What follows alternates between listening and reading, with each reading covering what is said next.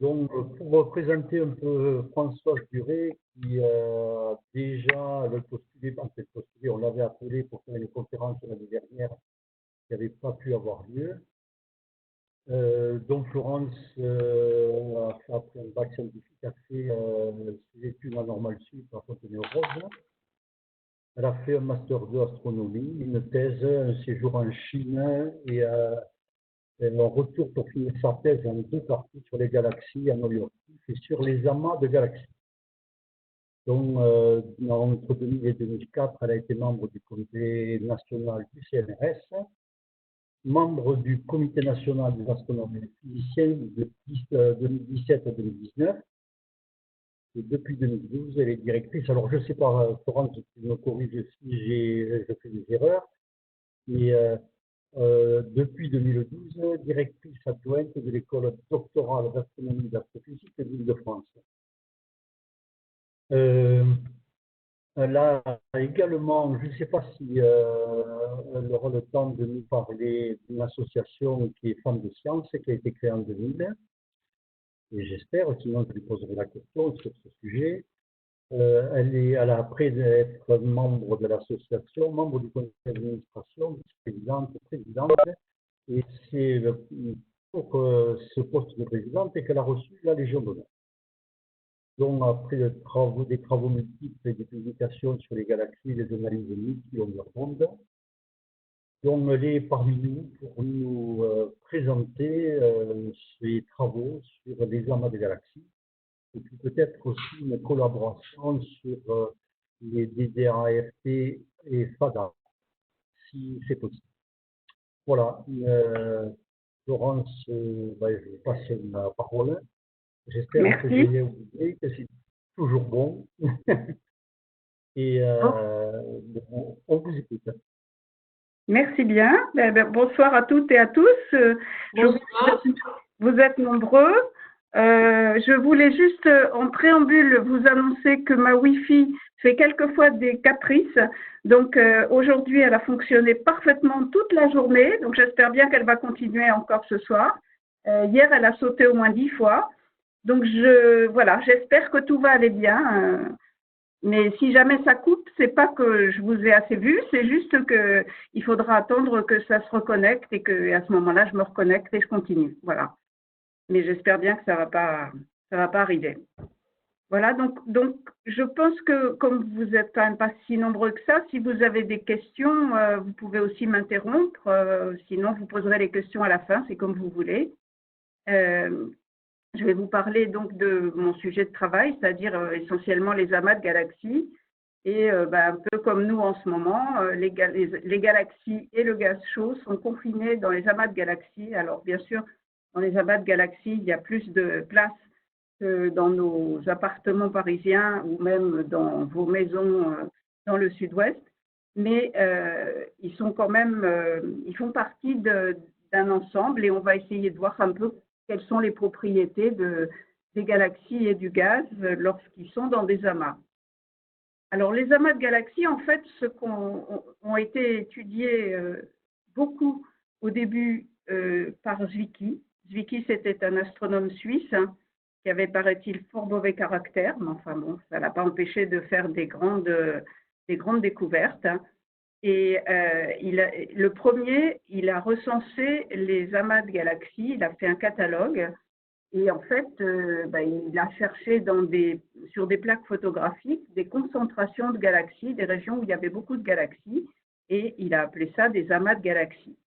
Et puis à sa suite, il y a eu George Abel qui lui a carrément fait un catalogue avec plusieurs milliers, cette fois d'amas de galaxies, toujours avec la même méthode, c'est-à-dire en cherchant des endroits du ciel où il y avait beaucoup de galaxies sur les plaques photographiques. Et puis, bien après, finalement, on s'est rendu compte que dans les amas de galaxies, il y a non seulement des galaxies, mais il y a aussi un gaz très chaud, à des millions de degrés, qui émet en rayons X et qui baigne tout l'amas. Donc, vous avez ici un petit schéma. Alors, je ne sais pas, si je déplace ma souris, est-ce que vous la voyez là? Il se promène? Oui. Oui. Donc, voilà, donc ça, c'est un petit schéma d'un amas de galaxies. avec au centre une galaxie elliptique, on y reviendra. Sur les bords, il y a plutôt des galaxies spirales. Alors, la galaxie elliptique, elle aurait dû être rouge, mais enfin bon, elle a quand même la bonne forme. Et puis, tout ce qui est jaune, c'est du gaz très chaud, donc ce gaz très chaud qu'on va observer en rayons X. Puis, en plus de ça, il y a aussi, bien sûr, une grande partie de matière qu'on ne voit pas, c'est ce qu'on appellera la matière noire, on va y revenir. Et cette matière, en fait, Zwicky est le premier à avoir dit que dans les amas de galaxies, il y avait forcément de la matière qu'on ne voyait pas, qui n'émettait pas de lumière, mais dont on était obligé de supposer l'existence parce que les galaxies à l'intérieur des amas se déplacent très vite et elles se déplacent tellement vite que s'il n'y avait pas de la masse pour les retenir avec la force de gravité, eh bien les galaxies devraient être parties dans toutes les régions de l'espace, il ne devrait pas y avoir d'amas. Donc s'il y a des amas, disait Zwicky, c'est qu'il y a de la masse qui retient les galaxies. Et c'est ce qu'on appelle la matière noire. Et ça, c'était dans les années 1930. Donc 90 ans plus tard, eh bien, on est toujours obligé de supposer que dans les amas de galaxies, il y a de la matière qu'on ne voit pas et on ne sait toujours pas ce que c'est. Donc, vous voyez, il y a encore du travail pour les astronomes. Donc, les amas, on dit que ce sont les structures les plus grandes qui existent dans l'univers, qui sont vraiment liées par la gravité. Alors, si certains ont lu des livres, ils me diront « Ah oui, mais il y a les superamas ». Les superamas, ça ne fait pas tout à fait des structures vraiment en un bloc, des structures qui soient ce qu'on appelle dans notre jargon relaxées, c'est-à-dire en équilibre. Donc, les amas, ce sont les plus grandes structures en équilibre relativement, qui sont liées uniquement par la gravité. Ils ont des dimensions de quelques mégaparsecs. Donc, 1 mégaparsec, vous l'avez en dessous, c'est 3 fois 10 puissance 22 mètres. Et ils ont une masse de l'ordre de 10 puissance 14, 10 puissance 15 masse solaire. La masse solaire, donc la masse du Soleil, étant égale à 2 fois 10 puissance 30 kg. Ça, c'est juste pour vous donner des ordres de grandeur. Alors, si on regarde une simulation numérique, donc cette simulation, vous voyez, elle a été faite avec 10 milliards de particules, parce que maintenant, on a des très gros ordinateurs qui permettent de faire ça. Et donc, c'est la simulation qu'on appelle Millennium. Vous avez en haut à gauche, là, une échelle. Donc, c'est 1 gigaparsec, donc 10 puissance 9 parsec, ou bien 1000 mégaparsecs. Donc, je vous ai dit, un amas, c'est de la taille de quelques mégaparsecs. Là, vous avez un petit segment qui vous montre 1000 mégaparsecs. Et cette simulation, en fait, elle introduit donc 10 milliards de points massifs avec une certaine vitesse initiale. Et tous ces points vont interagir sous forme uniquement par la gravitation. Et on va voir comment ce système évolue dans le temps. Et donc, on va zoomer, on va voir l'évolution d'abord en zoomant sur cette simulation. Donc, vous voyez, là, on a 1 gigaparsec, donc 1000 mégaparsecs. Là, on a 500 mégaparsecs, donc on est en train de zoomer. On voit que la matière se distribue suivant des filaments, donc suivant et qu'il y a des grandes régions, vous voyez comme cette région noire là, qui sont vides, pratiquement vides de matière, et que la matière est concentrée le long de filaments.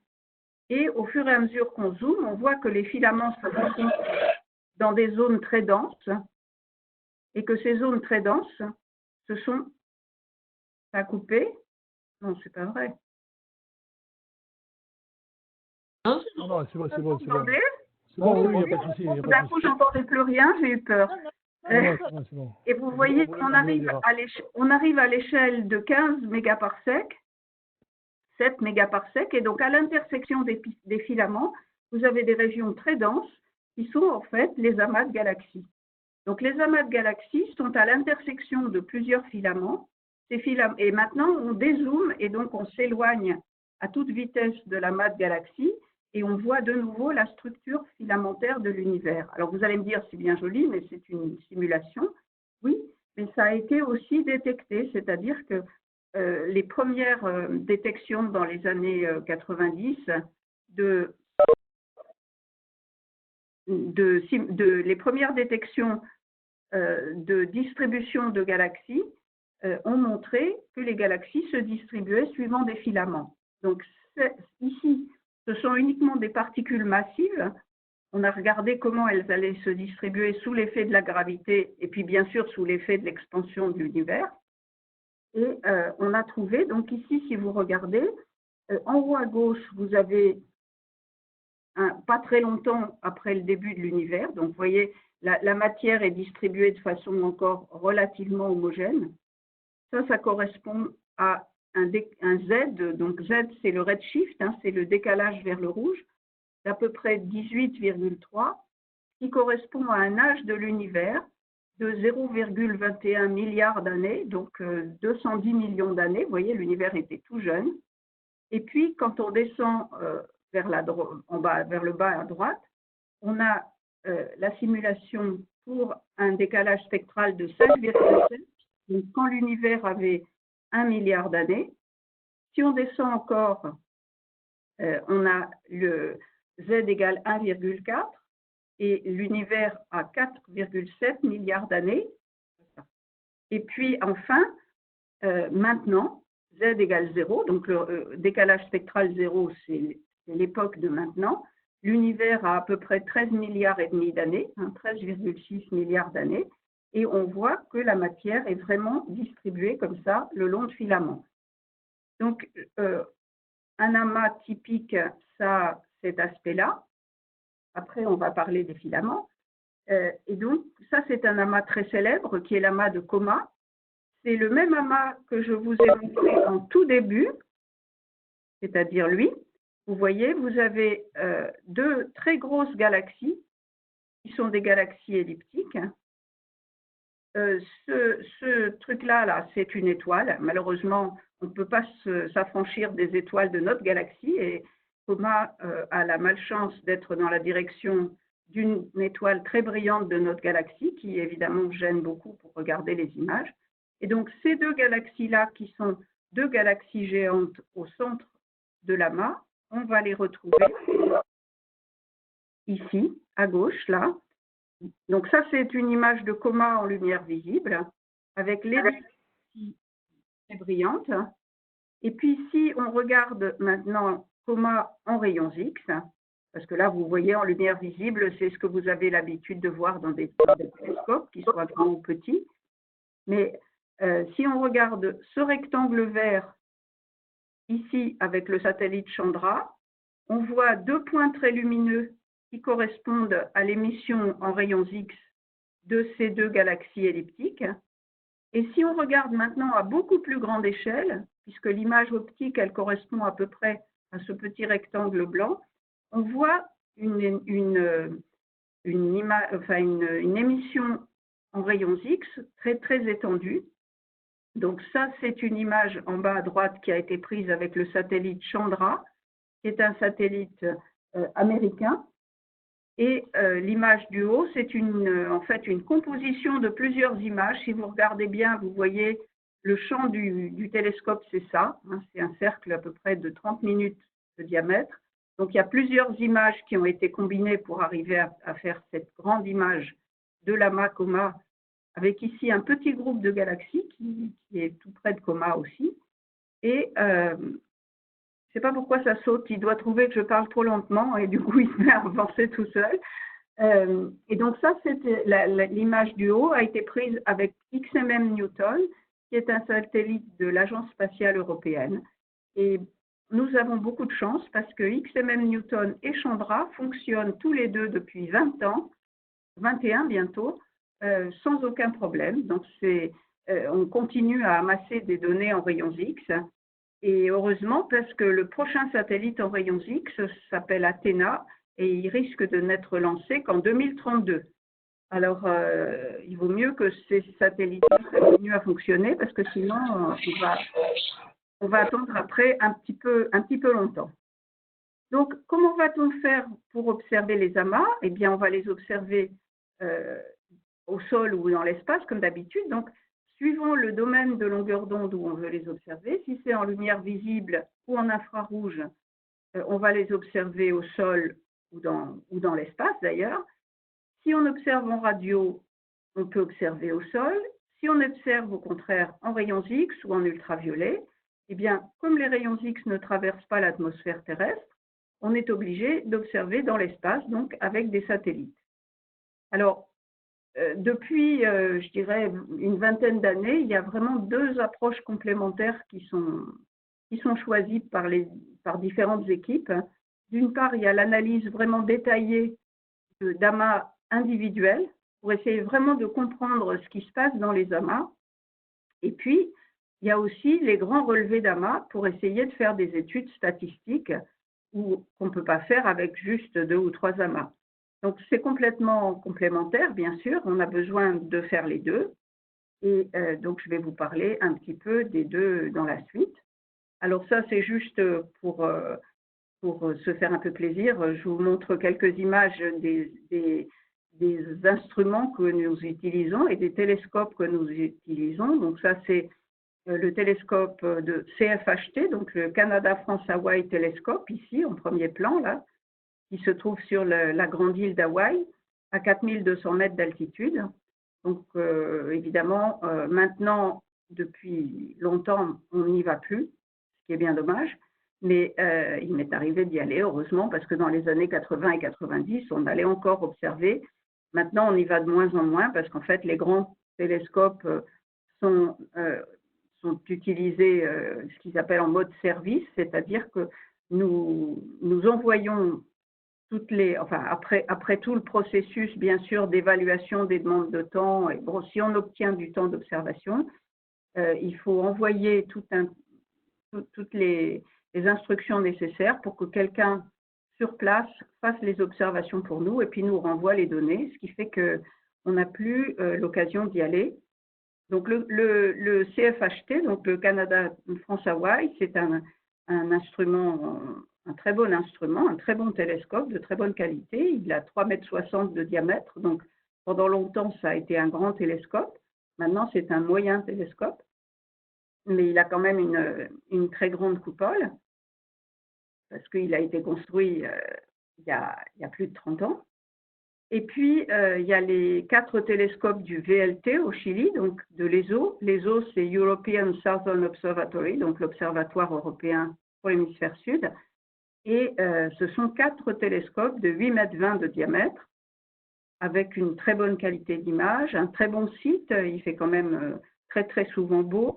Et c'est dans un des déserts les plus secs de la planète. Donc, bien sûr, probabilité de pluie très réduite et peu de nuages aussi. Alors, c'était compliqué, bien sûr, de les construire parce que d'abord, il a fallu araser la montagne. La montagne, elle était pointue comme n'importe quelle montagne.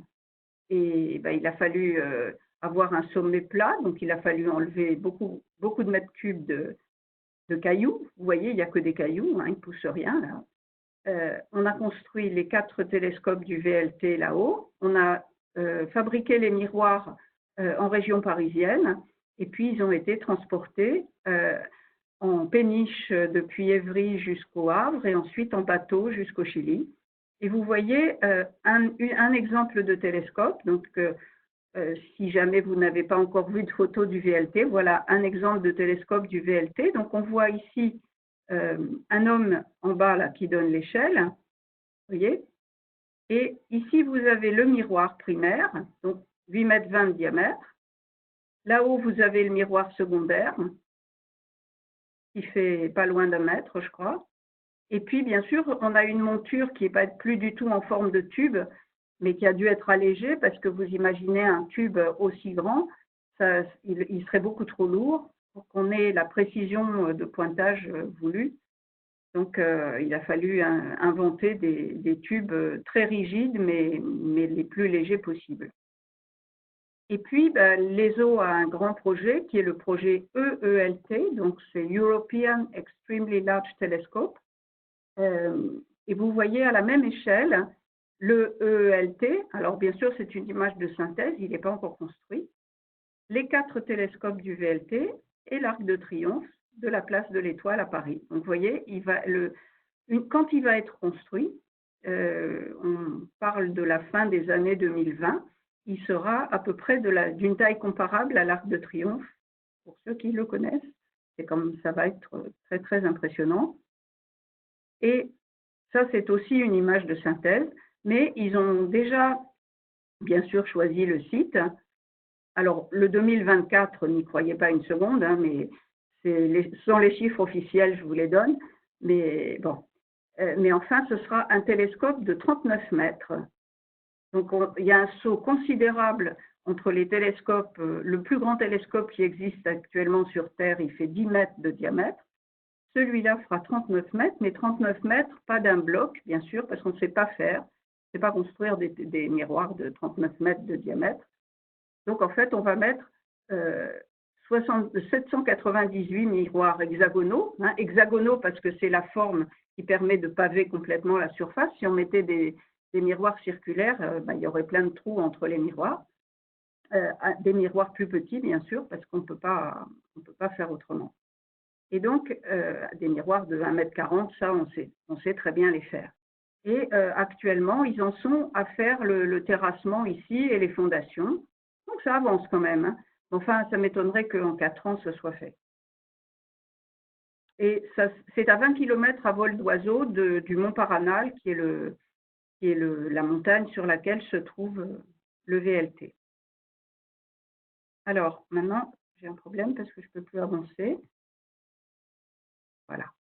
Et puis, enfin, si on veut utiliser les ondes radio, et en particulier les ondes radio à relativement basse longueur d'onde, donc grande fréquence, c'est ce qu'on appelle le domaine millimétrique, donc des ondes de longueur d'onde millimétrique et même submillimétrique, hein, c'est-à-dire un petit peu entre l'infrarouge et la radio.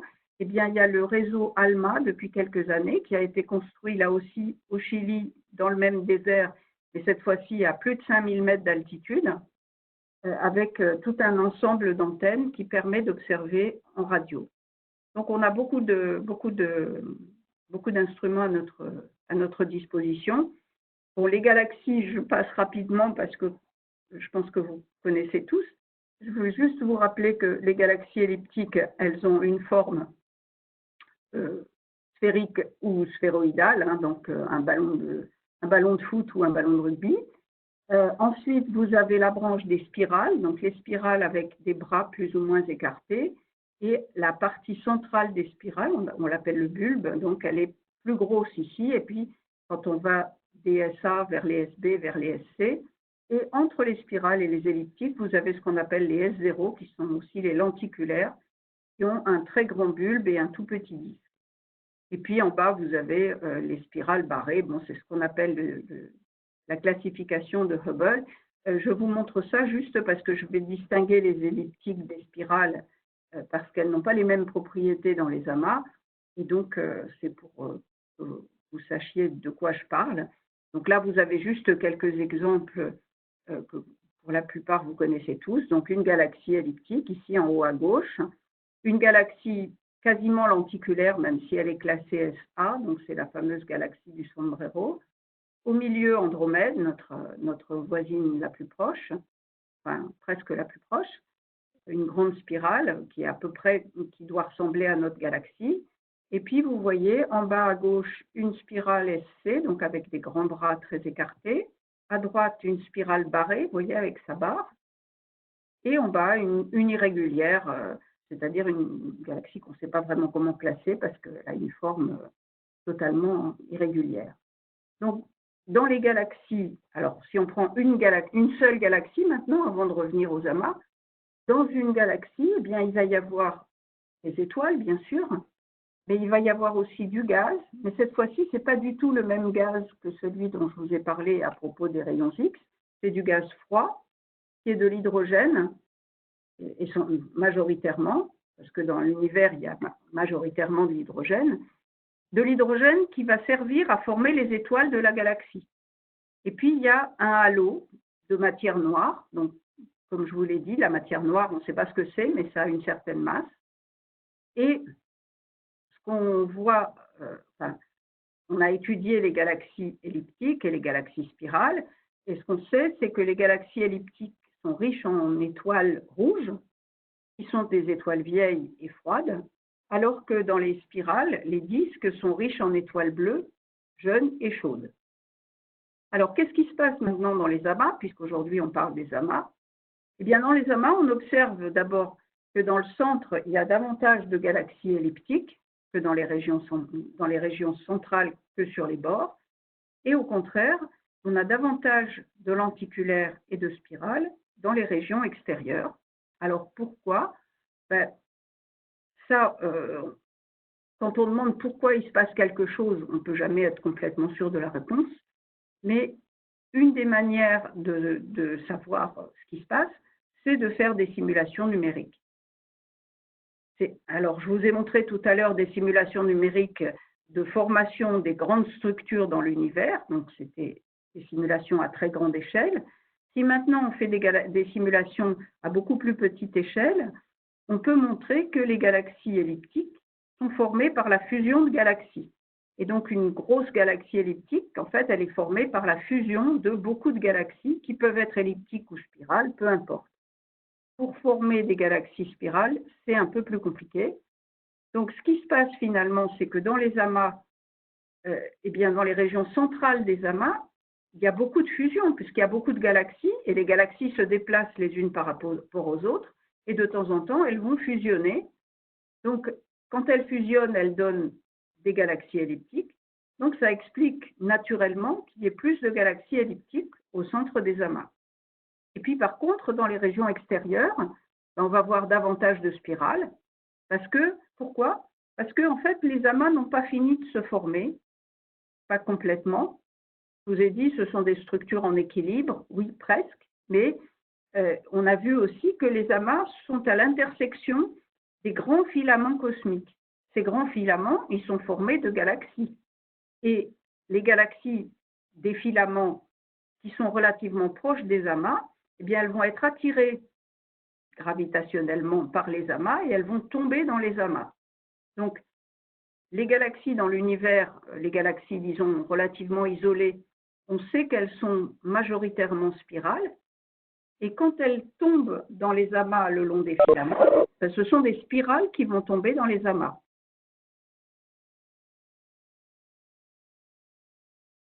Alors, dans les régions centrales, donc je vous ai dit, il y a davantage d'elliptiques et il y a moins de formation d'étoiles, puisque dans les elliptiques, il ne se forme pas beaucoup d'étoiles.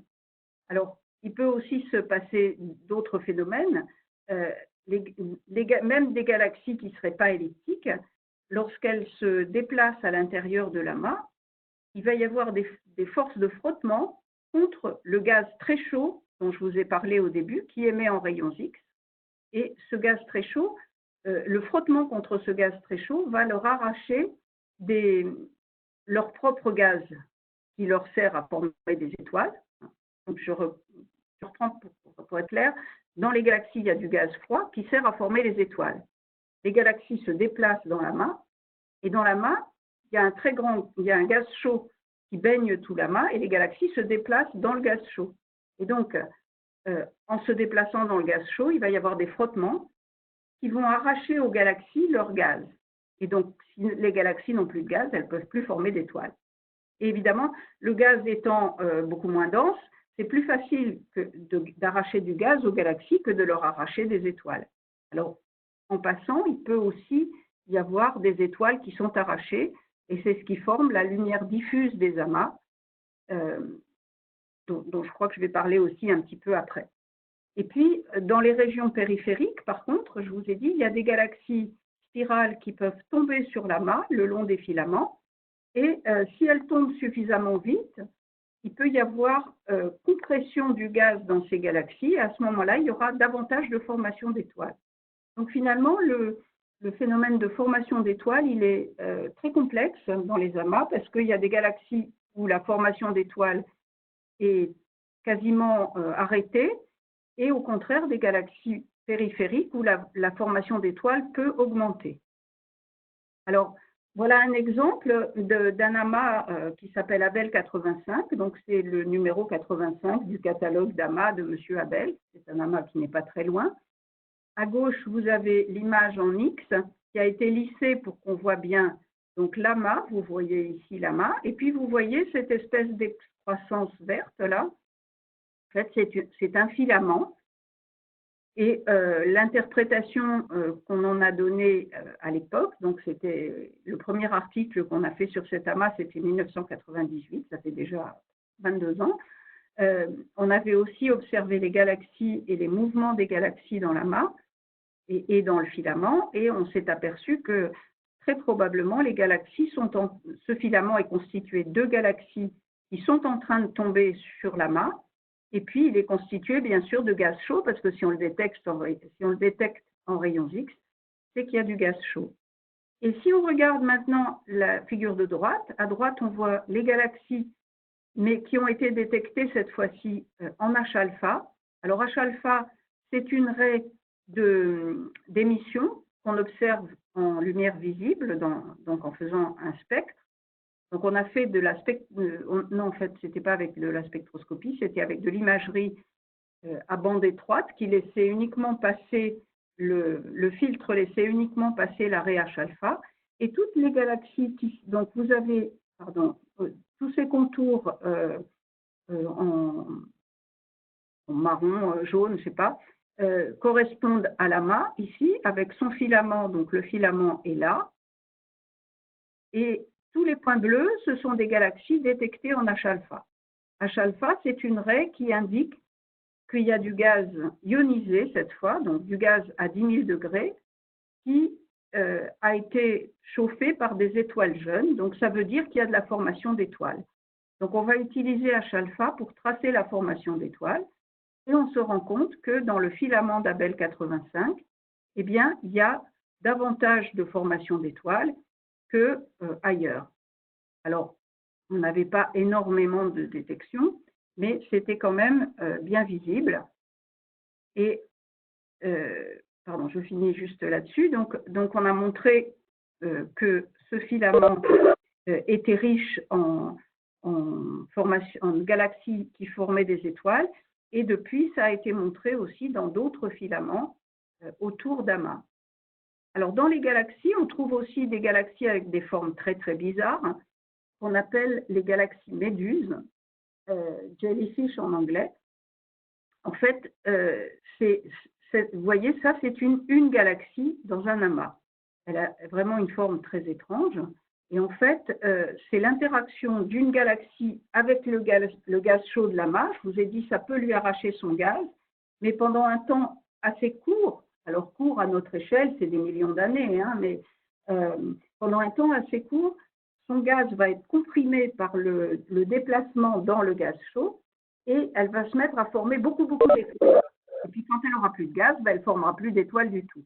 Mais ces galaxies-là sont vues dans leur phase de formation d'étoiles intenses, donc qui ne durent pas longtemps.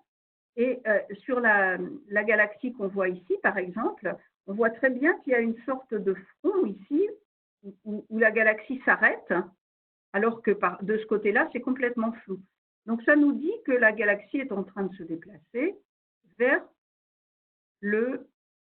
alors ce que nous, on appellerait le nord-est, mais bon, en haut à gauche, donc le long de la flèche, elle se déplace dans cette direction-là, ce qui fait que elle est freinée par le gaz est partout, et elle est freinée par le gaz, et c'est ce qui crée cette espèce de frontière assez nette, alors que souvent une galaxie, ça n'a pas des bords aussi nets que ça. Et puis toutes ces régions plus brillantes que les autres, ce sont des régions de formation d'étoiles. Et si on observait cette galaxie dans plusieurs bandes photométriques, on verrait que ces régions-là sont très bleues, parce qu'il s'y forme beaucoup d'étoiles. Voilà un autre exemple de galaxie méduse. Donc, on est en train de travailler dessus en ce moment. Ça a été l'objet d'un stage de master l'année dernière, là, par Simon Chiche.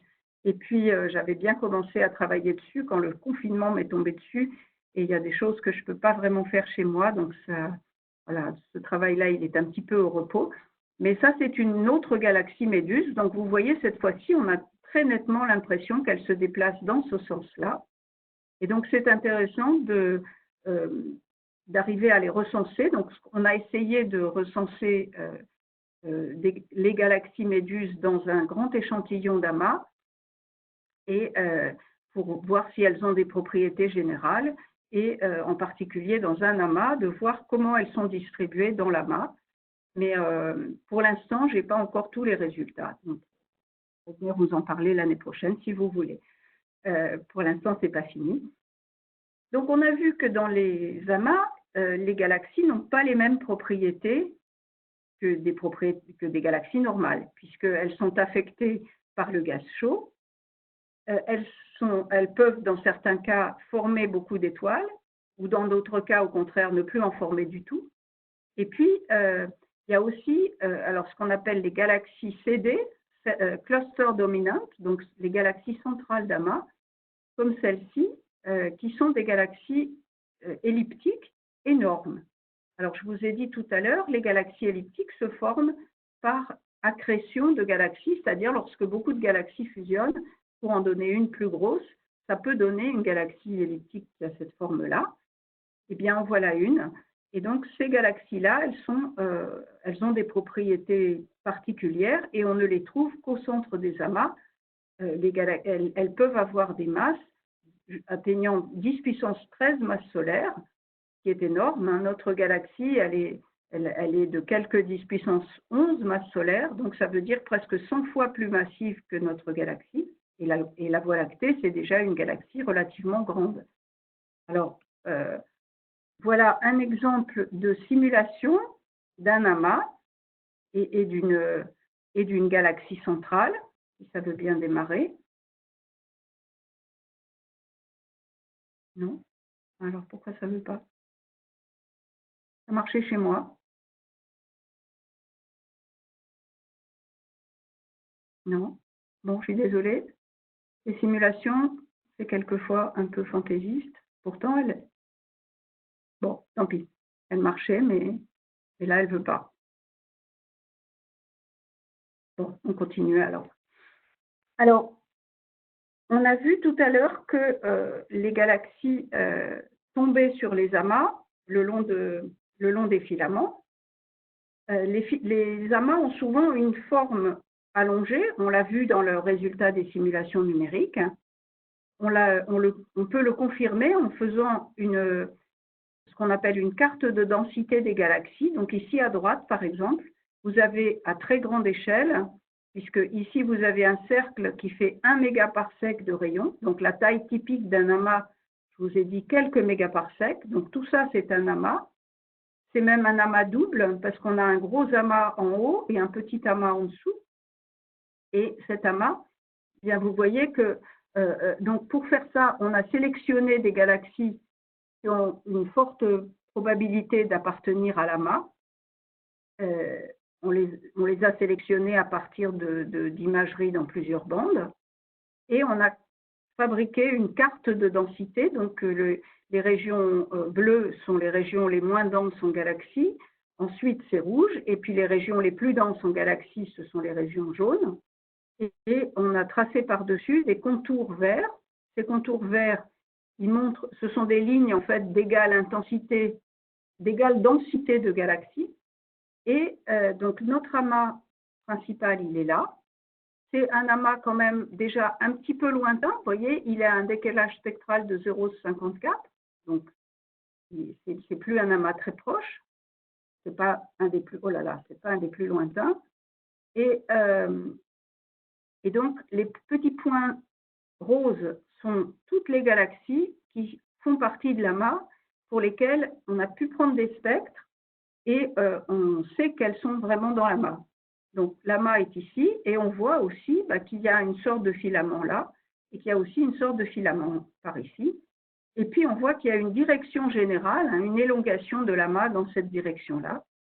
Et on a comparé cette direction à l'élongation, la direction de la galaxie la plus brillante qui se trouve dans l'amas. Donc c'est celle-ci, c'est celle qui est indiquée avec une croix rouge. Et dans plus de la moitié des cas, on trouve que galaxie centrale est allongé de la même façon que l'amas lui-même. Et vous voyez, l'échelle n'est pas du tout la même. Ici, vous avez une échelle de 20 km, donc c'est la taille typique d'une galaxie, alors qu'ici, vous avez un cercle qui fait 1 mégaparsec de rayon, donc 2 mégaparsecs de diamètre. Donc, à droite, c'est une figure de l'amas à très grande échelle, y compris son environnement. Et là, on voit très bien qu'il y a un autre filament. On ne détecte pas vraiment dans la carte de densité, mais qui peut aussi être intéressant à étudier. Et donc, le fait que l'alignement des amas correspond à l'alignement avec les filaments qui sont en train de, disons, le long desquels les galaxies sont en train de tomber sur l'amas, et puis l'alignement de la galaxie centrale qui est devenue très grosse en accrétant des galaxies, aussi le long de cette direction privilégiée. Alors, il y a d'autres, on a travaillé comme ça sur les cartes de densité, c'était un article en 2016. Ça, c'est un autre amas qui est intéressant parce qu'il a un filament très grand, si on peut appeler ça un filament, c'est une élongation, vous voyez. Donc, le cercle ici, il fait toujours 1 mégaparsec de rayon, donc l'amas principal est là. Mais par contre, vous avez cette ellipse jaune ici et cette deuxième ellipse jaune ici, qui font respectivement 6 mégaparsecs de longueur ici et 3,2 mégaparsecs. Donc, ça fait une structure au total qui fait 10 mégaparsecs d'extension. Donc, c'est quelque chose de très étendu. Et on a fait plusieurs travaux sur cet amas-là. Il y a un autre exemple aussi de filament. Donc c'est cet amas alors, qui, lui, est marqué ici en rouge. Et ici, vous avez une échelle qui est encore beaucoup plus grande. Bon, là, c'est marqué en degrés. J'aurais dû mettre peut-être l'échelle en mégaparsec. Mais vous voyez, l'amas est ici. Et toutes les régions où il y a des chiffres qui sont marqués et tous les points violets sont les points qui sont à la même distance que l'amas. Donc tout ça, ça forme un très grand filament. Donc on commence vraiment à détecter maintenant les filaments. Alors, on ne voit pas vraiment ici que le filament est à l'intersection, que l'amas, donc c'est Abel 496, on ne voit pas vraiment qu'il est à l'intersection des filaments. Mais on a l'impression qu'on ne voit pas de filaments perpendiculaires, mais tous ces points, ils ont été obtenus uniquement avec de la spectroscopie. Or, la spectroscopie, ça coûte très cher en tant que télescope. Donc, on peut imaginer que s'il n'y a pas de galaxies ici, soit c'est qu'il n'y en a vraiment pas, soit c'est qu'elles n'ont pas été observées. Mais en tout cas, ce qu'on voit, c'est qu'il y a vraiment une forte concentration de galaxies qui sont toutes au même décalage spectral que l'amas lui-même. Donc, on détecte vraiment ce grand filament. Alors, tout à l'heure, je vous ai dit, dans les amas, c'est plus facile d'arracher le gaz aux galaxies que d'arracher des étoiles. Mais il y a quand même des étoiles qui sont arrachées aussi aux galaxies, et c'est ce qui constitue la lumière diffuse dans les amas. Alors, la lumière diffuse, c'est quelque chose de très difficile à détecter parce que c'est très faible. Ça, c'est une petite simulation qui a été faite par Chris Mios, qui dure à peu près 2 secondes et demie, donc regardez bien. Et le problème, c'est qu'elle reste, j'ai jamais réussi à la faire se figer à la fin. Donc, il faut surtout regarder ce qui se passe à la fin. Là, vous voyez un filament avec un certain nombre de structures. Et alors, si elle voulait bien démarrer, elle aussi, parce que comme les simulations n'ont pas l'air de m'aimer aujourd'hui.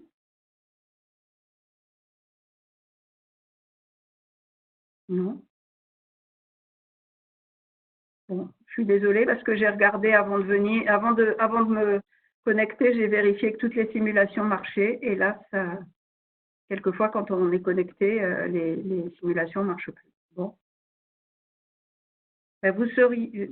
Bon, on arrive à ça, si ce n'est que là, il y a de la couleur, alors que là, évidemment, dans le ciel, il n'y a pas de couleur, mais on a mis des couleurs pour y voir plus clair.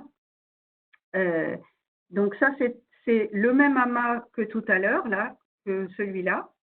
Donc c'est Max 0717, il a un nom épouvantable parce que une fois qu'ils sont un peu trop loin, ils n'ont plus de numéro dans le catalogue d'Abel. Et donc ça, c'est la lumière diffuse qui a été détectée dans 4 bandes photométriques. Donc vous avez une bande ici en haut à gauche, c'est dans le bleu, on ne voit rien. Oh. Si on va plus, donc ça c'est un filtre F606, ce sont des images prises par le télescope spatial Hubble. Donc F606, ça veut dire qu'on est à 606 nanomètres. On commence à voir des choses. Là, vous voyez, les contours rouges et les contours orange montrent la lumière diffuse. Si maintenant on va dans le filtre 814 nanomètres, on voit que la lumière diffuse est encore plus étendue. Et si on va dans un filtre infrarouge, la lumière diffuse couvre complètement la région. Alors ne me demandez pas pourquoi il y a un trou ici. Il y a un trou ici parce qu'il y a une galaxie d'avant-plan qui est extrêmement gênante et qu'on a été obligé de masquer pour arriver à détecter la lumière diffuse. Et ce qu'on voit donc, c'est que la lumière diffuse qui est détectée près du centre de l'amas, elle est très rouge, puisqu'elle émet beaucoup plus en infrarouge qu'en bleu, et donc elle est constituée d'étoiles vieilles, et ce sont des étoiles qui ont été arrachées aux galaxies. Alors on va aussi utiliser le fait que les amas sont des lentilles gravitationnelles, c'est-à-dire que ça c'est un effet qui avait déjà été prévu par Einstein, donc il y a plus de 100 ans maintenant, c'est qu'une forte concentration de matière va pouvoir courber les rayons lumineux. Et normalement, on apprend à l'école que la lumière se propage en ligne droite. Oui, mais quand elle passe près d'une très forte concentration de matière, elle peut être déviée. C'est ce qui se passe ici. Donc, si vous avez une galaxie très lointaine, donc figurée à droite, un amas de galaxies, donc un amas de galaxies, c'est quand même une très forte concentration de masse, puisque c'est 10 puissance 15 masse solaire, et puis l'observateur à l'autre bout, ici, avec son œil, eh bien, si l'alignement est absolument parfait entre une galaxie lointaine, un amas et l'observateur, on va voir ce qu'on appelle l'effet de lentille gravitationnelle fort, et on va voir l'image de la galaxie lointaine qui va apparaître sous forme d'un nombre impair d'arcs. Alors, ce sera ce sera sur un cercle parfait si l'alignement est parfait, c'est assez rare. Si l'alignement n'est pas tout à fait parfait, on va voir simplement des petits arcs, un certain nombre de petits arcs. Et si l'alignement est encore moins bon, on va simplement voir des déformations. Mais tout ça, ça va être très utile parce qu'on va pouvoir utiliser l'effet de lentille gravitationnelle pour tracer la matière dans les amas. Donc ici, par exemple, c'est le premier arc gravitationnel géant qui a été détecté par une équipe de Toulouse. Donc Geneviève Soucaille, Bernard Faure, Yannick Mélier et tous ces gens-là. Maintenant, il n'y a plus que Geneviève Soucaille qui est encore à l'Observatoire Midi-Pyrénées à Toulouse, mais les autres sont partis à Paris. Mais ils avaient pris donc cette image d'un amas Abel 370 qui est donc à un redshift de 0,375, donc un amas relativement lointain pour l'époque. Et puis, ils ont trouvé cette espèce d'arc en bas, là. Ils se demandaient bien ce que c'était. Il a fallu un certain temps avant d'arriver à comprendre qu'en fait, cet arc, c'est l'image d'une galaxie d'arrière-plan qui est située. Ils ont réussi ensuite à prendre un spectre de cet arc et à montrer que la source, c'est une galaxie à 0,725, donc 2 fois plus loin que l'amas.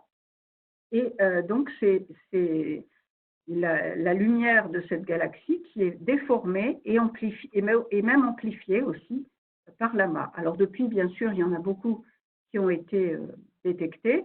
Ici, vous voyez un amas particulièrement riche en arcs, puisqu'il y a des petits arcs absolument partout. Si on regarde bien, vous voyez, il y en a qui tracent carrément presque un cercle, et puis il y en a encore d'autres là. Enfin ça c'est un amas très très riche en arcs. Alors à quoi est-ce que ça nous sert, nous, pour étudier les amas? Eh bien parce que on va pouvoir, à partir d'une image, étudier, si on a des arcs comme ça, bien sûr, c'est très bien. Si on est dans le cas dont je vous ai parlé au début, là, de l'effet de lentille gravitationnelle faible, eh bien, on va simplement analyser de façon statistique la déformation de toutes les galaxies du champ et ça va nous permettre, avec des calculs un peu compliqués, de remonter à la distribution de masse de l'amas. Et donc, c'est ce qui a été fait dans la figure de droite. Donc, à gauche, c'est la même figure que tout à l'heure, c'est Max 0717 avec ses grands filaments. Et dans l'image de droite, vous avez en turquoise, disons, bleu, le ciel, vous avez les contours de distribution de masse déduits de l'effet de lentille. Donc, on retrouve très bien l'amas ici, avec une autre structure ici qui correspond à ce que j'ai appelé B. Et puis, bon, on ne voit pas grand-chose dans la partie C, ici, qui est plus faible. Les contours verts, eux, correspondent à l'émission de gaz en rayons X, donc de gaz très chaud. Mais en tout cas, l'effet de lentille va permettre donc d'avoir de déduire la distribution de masse dans les amas. Alors maintenant, je vais vous parler un petit peu des rayons X parce que je vois que le temps passe. Donc en rayons X, eh bien, on va observer donc avec des satellites. Je vous ai parlé d'XMM, Newton et Chandra. Il y a aussi un satellite japonais qui s'appelle Suzaku, mais je ne suis pas sûre qu'il fonctionne encore, mais enfin, il a aussi fonctionné longtemps. Et donc, comme on l'a vu pour COMA, eh bien, les amas en rayons X ont des formes complètement différentes de ce qu'on voit en lumière visible, puisqu'on voit en fait une sorte de taches plus ou moins floues. Alors, vous voyez, ils peuvent prendre des formes très différentes.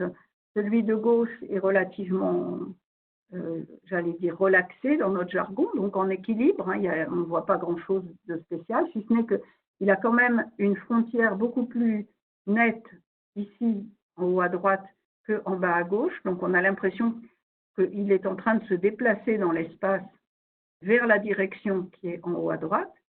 Et par contre, à droite, vous avez une image de l'amas du Centaure qui alors est complètement différente parce qu'en fait, au centre de cet amas, il y a ce qu'on appelle une galaxie à noyau actif qui va émettre du rayonnement et en particulier du rayonnement radio et puis du rayonnement X aussi.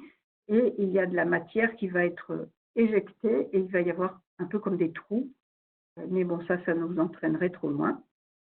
Par contre, ce qui est très utilisé en rayons X, c'est aussi la spectroscopie. C'est-à-dire que si on prend un spectre en rayons X, eh bien, on va pouvoir ajuster le rayonnement, ce qu'on appelle le continu, c'est-à-dire la forme générale du spectre, va nous donner la température du gaz chaud qui émet en X, et on trouve une température, vous voyez, de l'ordre de 10 millions de degrés. Et puis, on va voir aussi, on voit toujours une raie du fer. Et cette raie du fer, eh bien, suivant son intensité, on va avoir une estimation de l'abondance en fer du gaz très chaud. Donc, nous, dans notre jargon aussi, on dit la métallicité, parce que pour les astronomes, les métaux, ce sont tous les éléments plus lourds que l'hydrogène et l'hélium. Et donc, le fer étant nettement plus lourd, cette raie du fer va nous permettre d'avoir une estimation de l'abondance en fer dans le gaz chaud. Alors, les amas eux-mêmes vont fusionner aussi. Il se passe des choses intéressantes lorsque les amas fusionnent. Donc, on l'a vu, si des amas fusionnent, la formation d'étoiles dans les galaxies va éventuellement augmenter, et donc les galaxies vont devenir plus brillantes. Mais il peut y avoir aussi, lorsque les amas fusionnent, création d'émissions radio dans les régions externes. Et puis, en ce qui concerne le gaz chaud qui est dans l'amas, eh bien, s'il y a fusion d'amas, la région froide au centre risque de disparaître, enfin froide, disons moins chaude au centre, risque de disparaître parce que justement, elle va être chauffée par la collision des deux amas. Et puis, les distributions de température et de métallicité vont être différentes. Ça, c'est un exemple d'un amas. Vous voyez, donc ici, vous avez l'image en rayons X. Donc, en couleur, c'est l'image en rayons X. Et puis, en jaune, les contours jaunes, c'est l'émission radio. Et donc, ce qui s'est passé ici, c'est qu'en fait, il y avait un petit amas, enfin, il y avait un gros amas ici, et puis un amas plus petit qui a traversé complètement le gros amas. Maintenant, le petit amas se trouve ici. Il y a encore de l'émission radio au niveau du petit amas. Et cette fusion a créé des ondes de choc qui se sont propagées le long dans la direction du petit amas et dans la direction opposée. Et donc, ces ondes de choc ont accéléré des électrons qui se trouvaient là, parce qu'il y a toujours des électrons dans l'univers. Et ces électrons créent une émission radio. Ça serait un peu trop long d'expliquer, mais on trouve dans plusieurs amas comme ça de l'émission radio dans la périphérie vraiment des amas en collision. Et il y a toujours un amas en collision pour expliquer ça. Alors, je vous disais aussi, la collision va modifier certaines propriétés du gaz chaud. Eh bien, ici, vous voyez la carte de température du gaz. Donc, le gaz, ici, vous avez une échelle qui n'est pas très lisible, mais en gros, le gaz est plus froid quand il est bleu et plus chaud quand il est rouge. Alors, tout ça, c'est autour de 10 millions de degrés, mais peut-être qu'ici, ça va être 5 millions de degrés et là-haut, ça va être 12 millions de degrés. Et donc, vous voyez que les contours noirs ici, ce sont les contours de l'intensité d'émission X. Donc, vous voyez, le petit amas, il se trouve par là. Et puis, le grand amas, c'est tout ça. Et on voit qu'il y a une région chaude, puis une région moins chaude, et puis de nouveau une région chaude, et puis de nouveau une région moins chaude. Donc, ça veut dire que la fusion, lorsque le petit amas a traversé le gros, eh bien, ça a beaucoup modifié la température du gaz. Et en bas, vous avez la carte de métallicité, donc obtenue avec la fameuse raie du fer. Et on voit là aussi que la métallicité n'est pas du tout homogène. Il y a une région avec moins de fer et une région avec plus de fer. Alors après, pour expliquer vraiment ce qui se passe, il faudrait des simulations numériques. Donc il y a mes collègues brésiliens qui ont fait des simulations pour essayer d'expliquer ça. Donc l'émissivité, en fait, c'est juste la carte, c'est juste l'image de ce qu'on observe en rayons X. Donc on observe quelque chose comme ça, avec davantage d'émissions X là où c'est jaune. Donc les simulations, elles vont nous donner quelque chose comme ça. Et puis la température, on a vu que c'est plus chaud ici, puisque là, c'est plus chaud dans cette région-là. Et donc la simulation donne une température plus chaude ici. Bon, là, ça c'est l'observation. Et la simulation donne une température. Alors je ne sais pas très bien comment c'est codé, parce que ça a l'air d'être plus chaud ici, ce qui est le cas là. Mais on ne voit pas vraiment que ce soit plus chaud ici, donc ce n'est pas parfait. Mais voilà, donc les fusions d'amas vont avoir un effet à la fois sur les galaxies et sur le gaz chaud. Alors on peut interpréter aussi ce qu'on voit avec des simulations qu'on appelle le même genre de simulation. Ça, c'est un autre exemple. Donc ce sont des simulations qui ont été faites complètement indépendamment de nous, disons. C'est un petit amas ici qui va tomber sur un amas plus gros. Donc à z égale 0,13, je ne pourrais pas vous dire combien de milliards d'années on remonte, mais ce n'est pas énormément. Le petit amas et le grand amas sont séparés. Et en bas, vous avez la température. Bon, la température, elle est à peu près la même partout. Ensuite, on se rapproche. Qu'est-ce qui se passe à cet intervalle de temps-là? Eh bien, le petit amas commence à toucher le grand. On dirait que la région ici est plus chaude, déjà.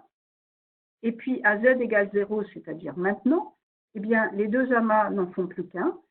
La région centrale est beaucoup plus chaude. La région centrale est beaucoup plus brillante. Donc, les trois cartes ici, c'est l'émissivité. Donc, c'est simplement à quoi ça ressemble, c'est l'image. Et en bas, vous avez la température. Donc, à z égale 0,09, vous voyez que ça commence à être plus chaud. Et quand on arrive à Z égale 0, eh bien, on a l'amas qui est nettement plus chaud avec des régions encore plus chaudes, hein, tout un tas de petites régions nettement plus chaudes. Et il se trouve que cette simulation, elle a été publiée en 2004 par une équipe essentiellement de Nice. Et nous, en 2005, on avait trouvé, donc juste après, complètement indépendamment, on a fait une carte de température de l'amas Abel 85, dont je vous ai parlé tout au début, à propos de son filament, parce qu'il a un filament observé en rayons X, le filament il part comme ça par là, mais là il n'est pas cartographié. Et là, on a la carte de température et on trouvait une température relativement uniforme avec des régions nettement plus chaudes. Vous voyez, il y a 5-6 régions en rouge qui sont nettement plus chaudes et on ne comprenait pas du tout d'où ça sortait. Mais si on compare ça avec le résultat de Bourdin, eh bien, la géométrie, évidemment, n'est pas exactement la même, mais on a quand même vraiment l'impression qu'il y a eu un petit amas qui est rentré dans ce gros amas, et c'est ça qui a créé les régions chaudes. Donc, avec des simulations numériques, donc hydrodynamique, ça veut dire qu'on inclut le gaz, bien sûr, ce qui se passe au niveau du gaz. On arrive très bien à expliquer ce qu'on observe. Et donc, cet amas, il a subi plusieurs fusions.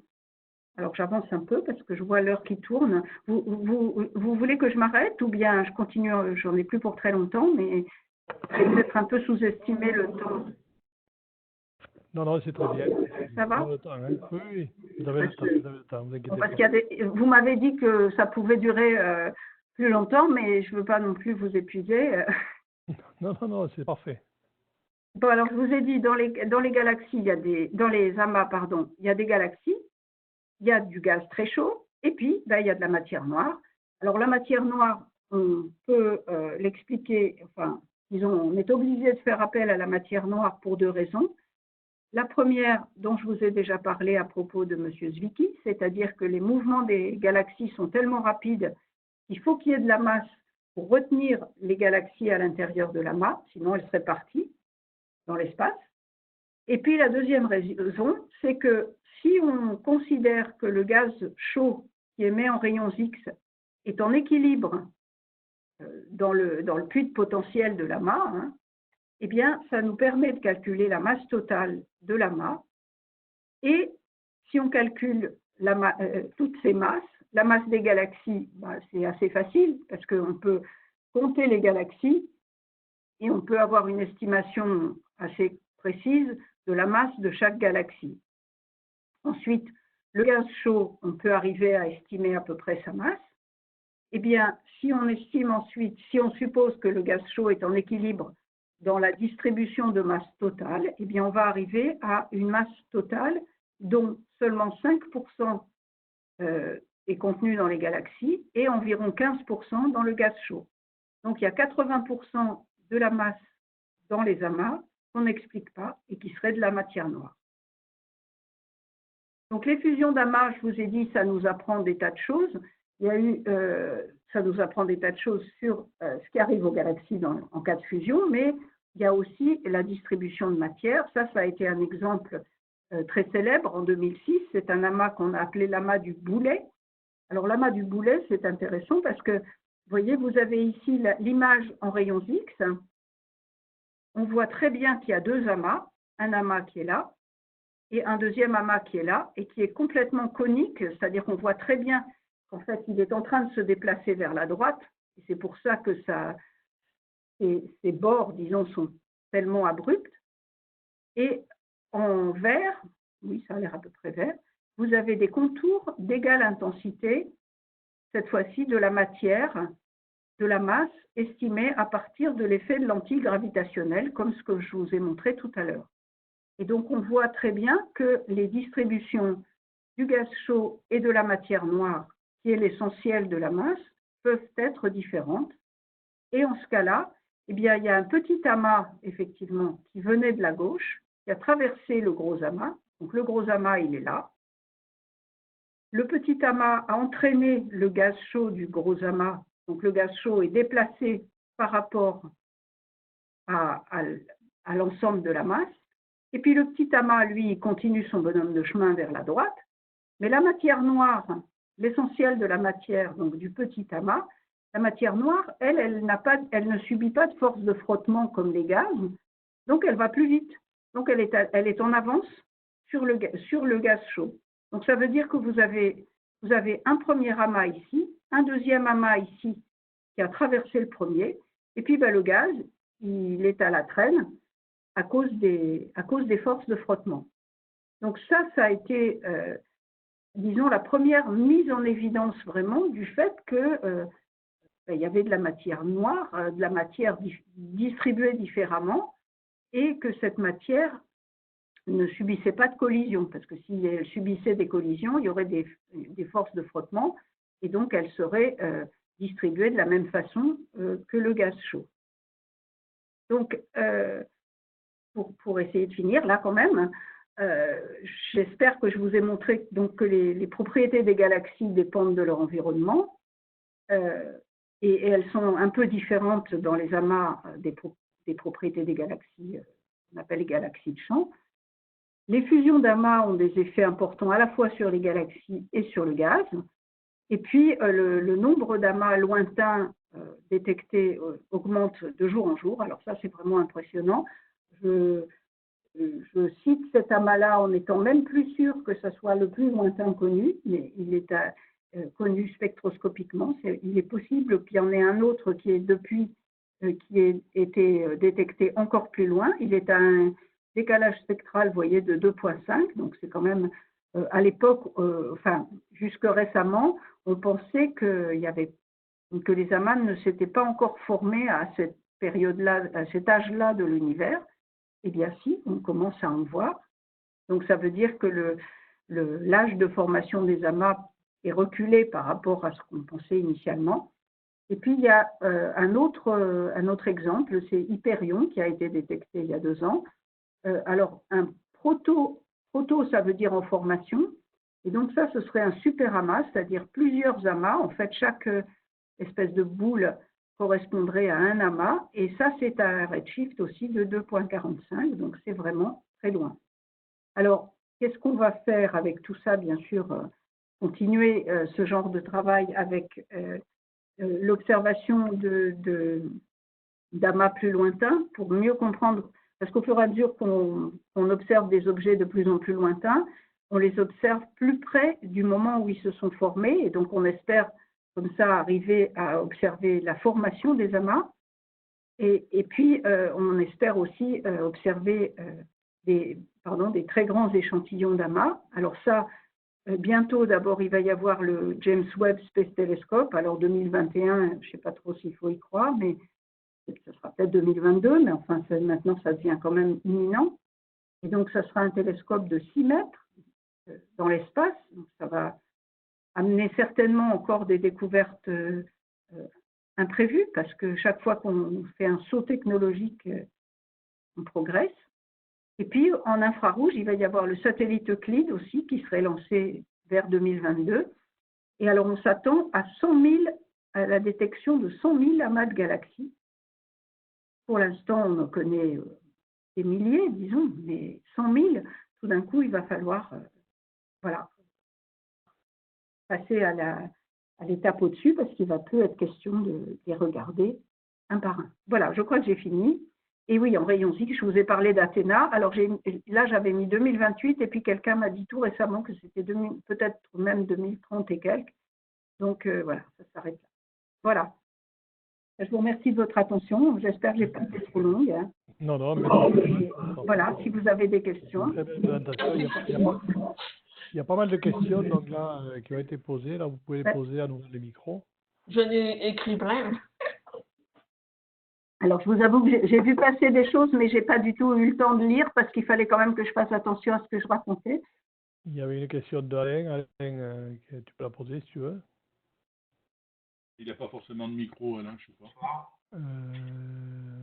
Oui, la première question, c'était dans la première simulation tout au départ de la conférence, quand on fait la simulation de l'effet, comment dire, filamentaire de l'univers, est-ce qu'on considère que les galaxies sont tout simplement un gaz de particules comme des électrons, par exemple? On considère que, en fait, ces simulations-là, ce sont des particules non, ce n'est pas des électrons parce qu'elles ne sont pas chargées. Ce sont des particules massives. Et donc, on ne s'occupe pas de savoir quelle est leur nature. Ce sont des particules massives qui n'interagissent que par la gravitation. Donc, nous, c'est de la matière noire parce que c'est la définition de la matière noire. Après, on ne sait pas ce que c'est comme particules. Mais elles interagissent uniquement par la gravitation et elles n'ont pas de charge électrique. D'accord. J'ai aussi une autre question, c'était quand on parle de gaz chauds, quelle est la température de ces gaz chauds, quelle est leur densité et quelles seraient les conséquences si le système solaire traversait un de ces nuages de gaz chauds, par exemple? Alors, le gaz chaud qui baigne les amas de galaxies, il est à peu près à 10 millions de degrés, mais la densité, elle est, alors moi je la sais dans une unité bizarre, c'est à peu près 1 millième de particules par centimètre cube. En gros, c'est une densité, je crois que c'est 10 puissance 17 fois moins que la densité de l'atmosphère terrestre, hein, au niveau de la mer. Donc, ça veut dire que si on traversait le gaz chaud, on ne serait pas brûlé. C'est un peu comme la couronne solaire. La couronne solaire, elle est à 2 millions de degrés et elle est très, très peu dense. Là, c'est encore moins dense.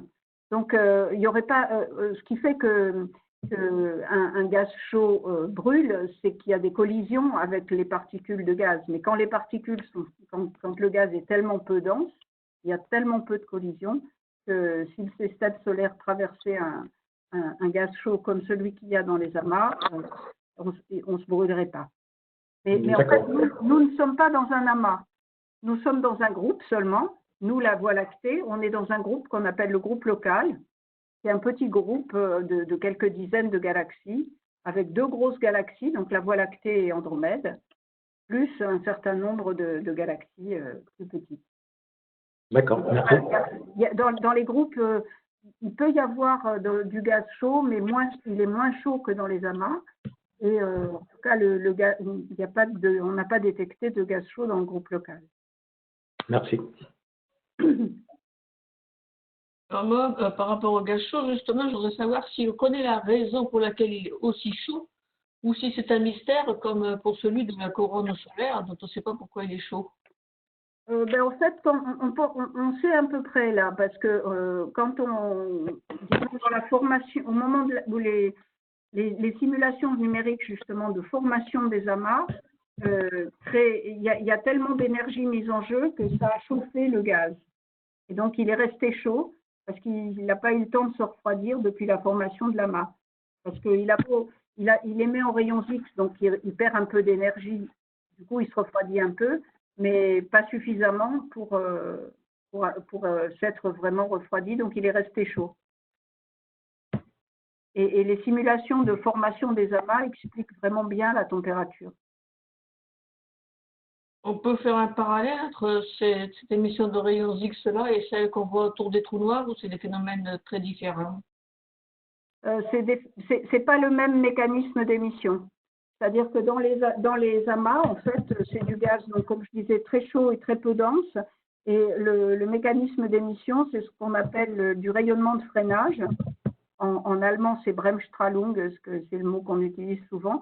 C'est-à-dire que, en fait, le gaz très chaud, il est sous forme de plasma ionisé, c'est-à-dire qu'il y a des protons, des électrons, et puis éventuellement des ions plus lourds comme des ions du fer. Et les ions du fer très très fortement ionisés parce que le fer, il lui reste plus qu'un ou deux électrons, oui. Donc il y a des électrons et des protons. Et en fait, ce qui se passe, c'est que quand un électron qui va vite dans un gaz aussi chaud passe près d'un proton, il va être dévié, ralenti, et il va perdre de l'énergie. Et donc, cette énergie, elle va se retrouver sous forme d'un photon X, donc de lumière X. Et donc, c'est ça qu'on appelle le rayonnement de freinage. Et tandis que l'émission X des trous noirs, je ne sais pas très bien comment on l'explique, mais ce n'est pas ça. Ouais. Parce que c'est un milieu complètement différent, justement, parce que un trou noir, c'est très, très dense. Oui. Ce n'est pas du tout la même chose. Et à propos de noir, pour en venir à la matière noire, je n'ai pas compris, cette matière noire et les amas qui s'étaient rencontrés et qui se déplaçaient, là. Pourquoi la matière, elle ne va plus vite parce que si elle interfère par gravité à la matière ordinaire, est-ce que les deux sortes de matière ne s'attireraient pas l'une l'autre, qui les maintiendraient à peu près ensemble, hein? C'est-à-dire que ce qui se passe là, c'est que là, on compare ce qui se passe avec ce qui arrive à la matière noire et ce qui arrive au gaz chaud.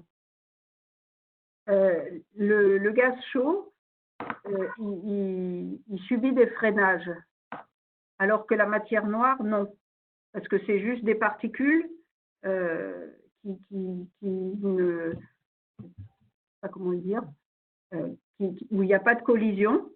Et donc, cette image, disons, ça a été la première fois où on a pu montrer qu'effectivement, le gaz chaud et l'essentiel de la masse, c'est de la matière noire parce qu'il n'y a pas d'émission, hein, étaient découplés. Ils ne se déplaçaient pas de la même façon. Je n'ai pas compris comment vous avez vu que c'était découplé, parce que cette matière elle a l'air transparente, on voit à travers. Non, là, c'est juste une représentation. En fait, la matière noire, oui, elle n'émet pas de lumière, donc on ne peut pas la voir. Mais on la voit, entre guillemets, on la devine, disons, par ses effets gravitationnels. Donc, à partir de l'effet de lentilles gravitationnelles faibles, dans ce champ, on a analysé toutes les déformations des galaxies et on en a déduit les contours ici de distribution de matière.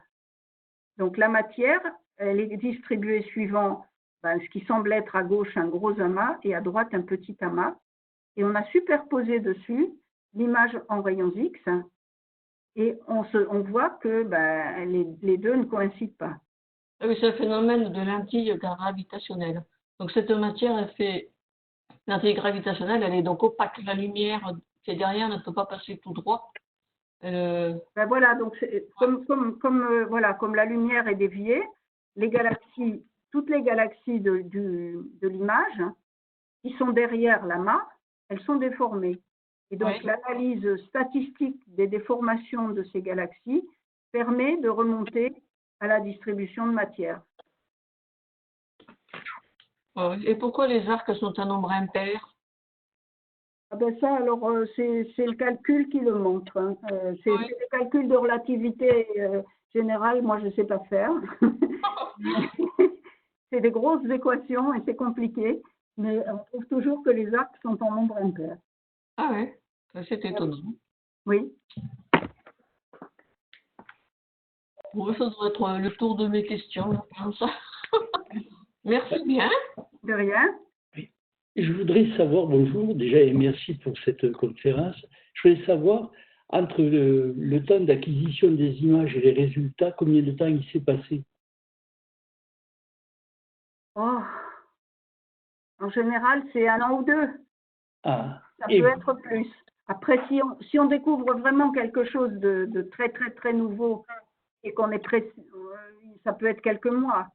Mais sinon, c'est facilement quelques années. Et vous aviez une idée de ce que vous alliez trouver? Là, c'est pas moi. Hein. Oui, là, non, moi, mais comment dire,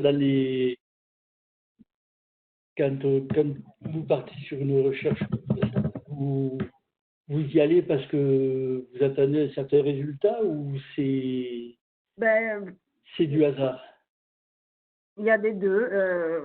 Il y a souvent quand c'est un résultat comme ce que je suis en train de montrer là, je ne sais pas ce qu'ils ont prévu au départ, mais en tout cas, je pense que c'était un peu le hasard qui leur a fait observer cet amas-là et ils ont trouvé quelque chose de très, très joli.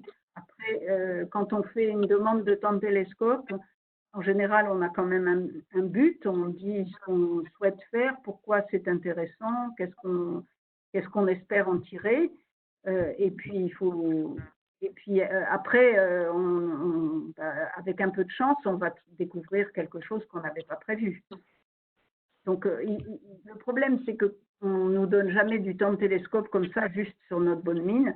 Il faut avoir un projet solide en montrant que ça n'a pas déjà été fait, que ces nouvelles données vont apporter la réponse à une question. Et puis après, si ça rapporte en plus des choses en plus, tant mieux. Ok. On n'est jamais sûr de ce qu'on va trouver. Merci.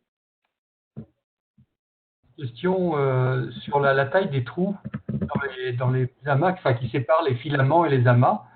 Quelle peut être la taille maximale d'un trou qu'on imagine aujourd'hui? Ça peut être plusieurs dizaines de mégaparsecs. Hein. Donc c'est plus grand que c'est bien plus grand qu'un amas. Et en années-lumière, ça fait combien? Eh bien, un parsec, c'est 3,26 années-lumière. Donc, 3,26 années-lumière. Donc, ça ferait 30 millions d'années-lumière. D'accord. Disons, entre quelques dizaines de millions et 100 millions d'années-lumière, quelque chose comme ça. D'accord. Bonsoir. Merci beaucoup pour cette conférence. Une question, l'univers étant en expansion, comment les galaxies peuvent fusionner entre elles, sachant qu'elles sont déjà dans des distances d'une C'est une très bonne question. Parce que le mouvement d'expansion, il y a le mouvement général d'expansion, mais les galaxies, elles ont aussi des mouvements des mouvements propres. Et parfois, le mouvement propre peut faire que, même s'il y a une expansion générale dans une direction, si elles sont en expansion, mais leur trajectoire se rencontre, elles vont quand même fusionner. Et puis, à l'intérieur d'un amas, l'expansion de l'univers ne joue pas, c'est-à-dire que l'amas est suffisamment bien lié pour qu'il est en expansion parce qu'il s'éloigne globalement de nous, mais à l'intérieur de l'amas, les galaxies, elles se déplacent les unes par rapport aux autres, et donc là, il y aura des fusions. C'est leur gravité, Oui. C'est leur gravité qui fait la force de gravité de l'une envers l'autre qui fait qu'elles se fusionnent. Tout à fait, c'est toujours la gravité. Il n'y a que la gravité qui joue chez nous. C'est toujours la gravité. C'est le cas du groupe local d'ailleurs, non? Pardon? C'est le cas du groupe local? Oui, le groupe local, les galaxies restent en cohésion à cause de la gravité, même si elles sont loin les unes des autres, oui. Et est-ce que les galaxies périphériques s'il vous plaît, moi j'ai une question. Oui. Je reviens à cette fusion d'amas là. On voit la matière noire là finalement pratiquement, mais en évidence c'est la matière noire. Mais qu'en pensent les partisans de l'alternative à la matière noire, la gravité modifiée? Eh bien, eux, ils disent qu'on peut reproduire ce genre de choses avec la gravité modifiée aussi. Hein. Le problème, c'est que, par exemple, moi j'avais un petit peu étudié, mais il y a très longtemps, il y a 25 ans, on avait fait un travail sur la gravité modifiée avec le modèle qui s'appelle MONDE, donc Modified Newtonian Dynamics, où la force de gravité, c'est plus F égale m fois l'accélération, mais c'est m fois l'accélération fois un certain terme. Et si l'accélération devient très faible, le terme devient relativement important. Donc, on avait calculé ce qui se passait dans les amas de galaxies parce que des gens avaient fait des calculs de courbes de rotation de galaxies. Donc, les galaxies tournent sur elles-mêmes. Et ça, j'en ai pas parlé ici parce que je ne peux pas parler de tout. Mais les galaxies tournent sur elles-mêmes et la forme, la manière dont elles tournent, nous dit qu'il y a aussi un halo de matière qui retient les étoiles à l'intérieur des galaxies. Sinon, pareil, on s'attendrait à ce que les étoiles soient parties. Donc, pour que les étoiles soient retenues dans les disques des galaxies spirales, qui tournent quand même très vite, il faut un halo de matière, donc de matière noire, puisqu'on n'arrive pas à la détecter dans aucune longueur d'onde, qui retiennent la matière. Alors, il y a des gens qui ont fait des simulations dans début des années 80, je crois. Il y avait en particulier M. Milgrom et M. Bekenstein en Israël, d'ailleurs, et qui ont fait des simulations de fusion de galaxies, non, d'abord de courbes de rotation de galaxies avec ce modèle monde, et ils arrivaient à expliquer la forme des courbes de rotation des galaxies avec monde. Très bien. Mais nous, on a essayé d'appliquer monde aux amas de galaxies, et ça n'a pas marché, c'est-à-dire qu'on avait effectivement avec monde, on avait besoin de moins de matière noire, mais il en fallait quand même.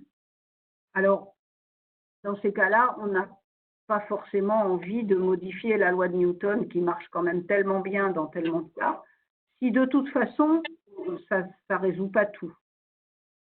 Et il y a un autre groupe qui, 20 ans plus tard, a refait le même calcul et a retrouvé la même chose que nous. Donc, monde marche pour… il y a des simulations de collision de galaxies avec monde qui donnent effectivement des résultats tout à fait possibles. Donc, à l'échelle des galaxies, monde semble marcher, mais pas à l'échelle des amas. Est-ce que la matière noire fait aussi des amas ou est-ce qu'elle est uniforme dans l'univers? Non, elle ne doit pas être uniforme dans l'univers parce que sinon on n'arriverait pas à détecter des surdensités de matière noire, comme ce qu'on voit là. Là, on voit bien qu'il y a de la masse supplémentaire dans certaines régions de l'espace par rapport à d'autres.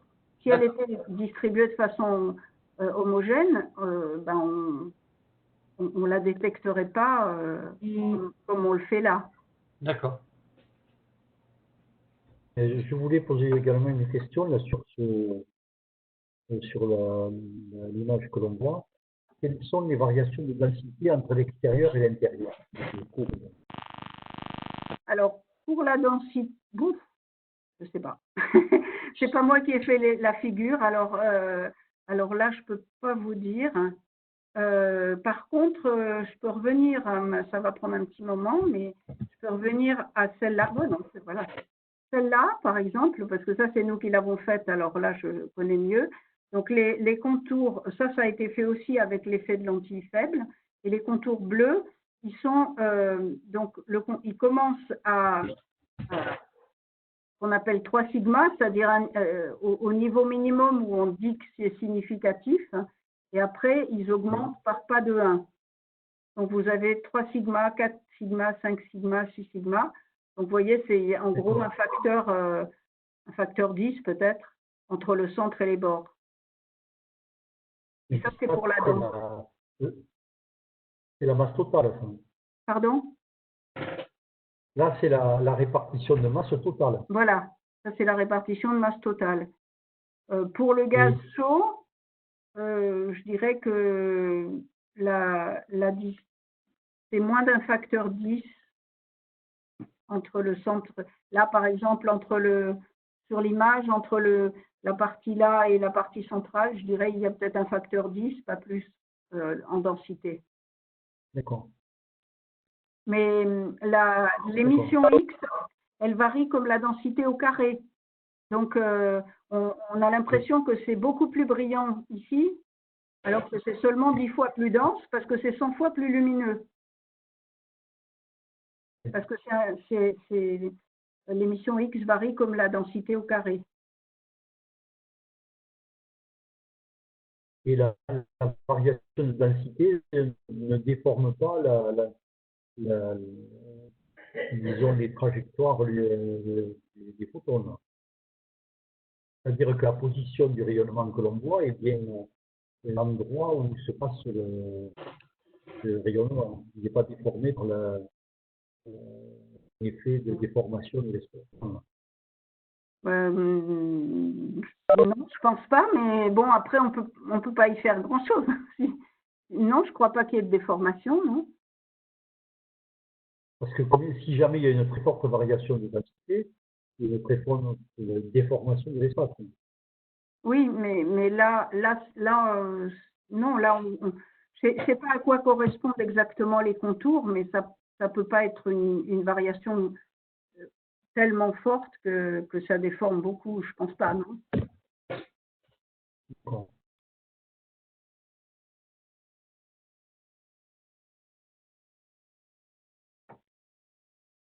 Et je voulais également poser une autre question sur est-ce qu'on connaît la constitution des filaments? Est-ce qu'il y a également une quantité de matière noire conséquente et dans le même rapport à peu près dans les filaments? Alors ça, on ne sait pas. Probablement, il n'y a aucune raison que la constitution soit différente. A priori, dans les filaments, il doit y avoir des galaxies, il doit y avoir du gaz.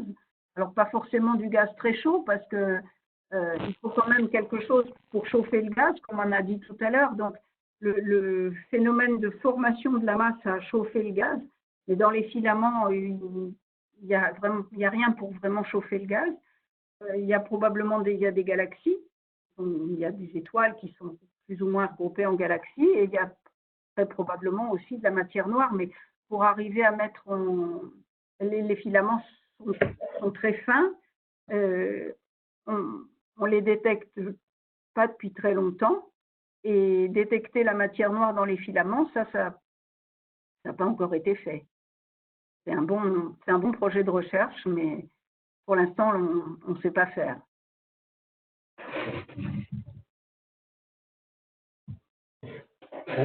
Une question sur la nature filamentaire de l'univers.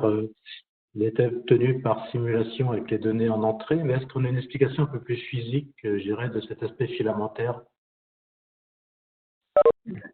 Non, enfin, non, pas vraiment, parce que tout ce qu'on a pu faire, c'est observer la distribution des galaxies, voir qu'on trouve une distribution filamentaire, et avec des simulations numériques où on met des particules massives qui interagissent avec la gravitation et auxquelles on donne une vitesse initiale, et puis on tient compte de l'expansion de l'univers et on trouve des filaments, mais après, il n'y a pas…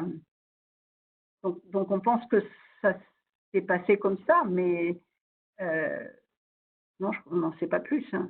Il n'y a vraiment pas de matière du tout dans les vides, dans les creux entre les filaments? Ben, il y en a très peu. Très peu.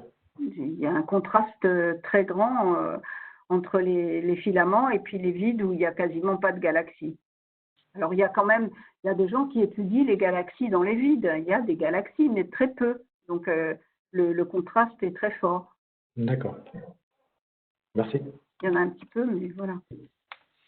Je voulais également une question sur est-ce qu'on attend pour les études sur les amas, qu'est-ce qu'on attend d'Athéna et de Tsifu?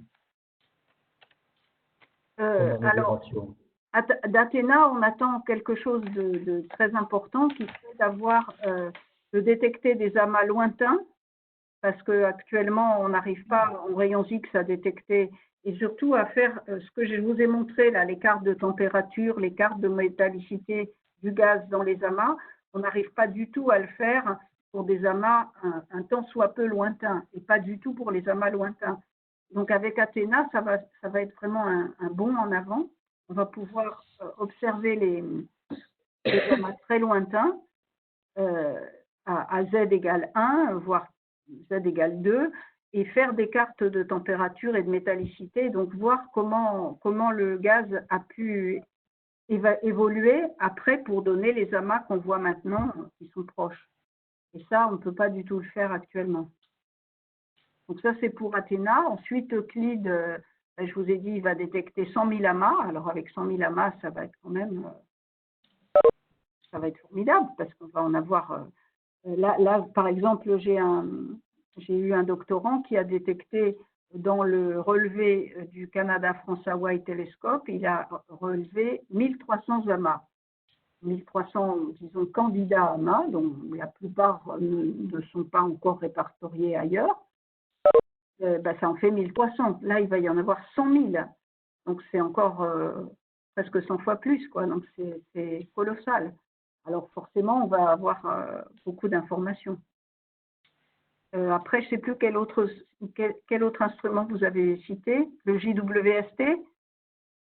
C'est pareil, le JWST. Pardon ? Le spectromètre qui est le CTA. Le spectromètre qui est sur Athéna, c'est beaucoup plus précis que celui de Chandra ou de celui oui. Oui. beaucoup plus sensible. Donc, oui. Voilà. Et quelle est l'amélioration qu'on peut attendre sur les amas actuels que l'on connaît, comme le CW ou Adobe? Avec Athena, on va avoir, c'est ce que je disais, on va avoir surtout des informations sur des amas lointains, comme ce qu'on a actuellement sur les amas proches. Donc, on va beaucoup mieux contraindre les propriétés physiques des amas lointains, alors que pour l'instant, les amas lointains en rayons X, il y en a très très peu qui sont détectés. D'accord. Ça va être un grand progrès, mais ce n'est pas pour tout de suite. Oui, ça revient à la question que j'allais vous poser. Vous m'entendez là? Oui. Parce que ça marchait pas pendant un petit moment. Oui, en fin de compte, c'est ce que j'avais remarqué sur certaines images où en fin de compte, on était, qui s'appelle, à l'échelle de quelques pixels.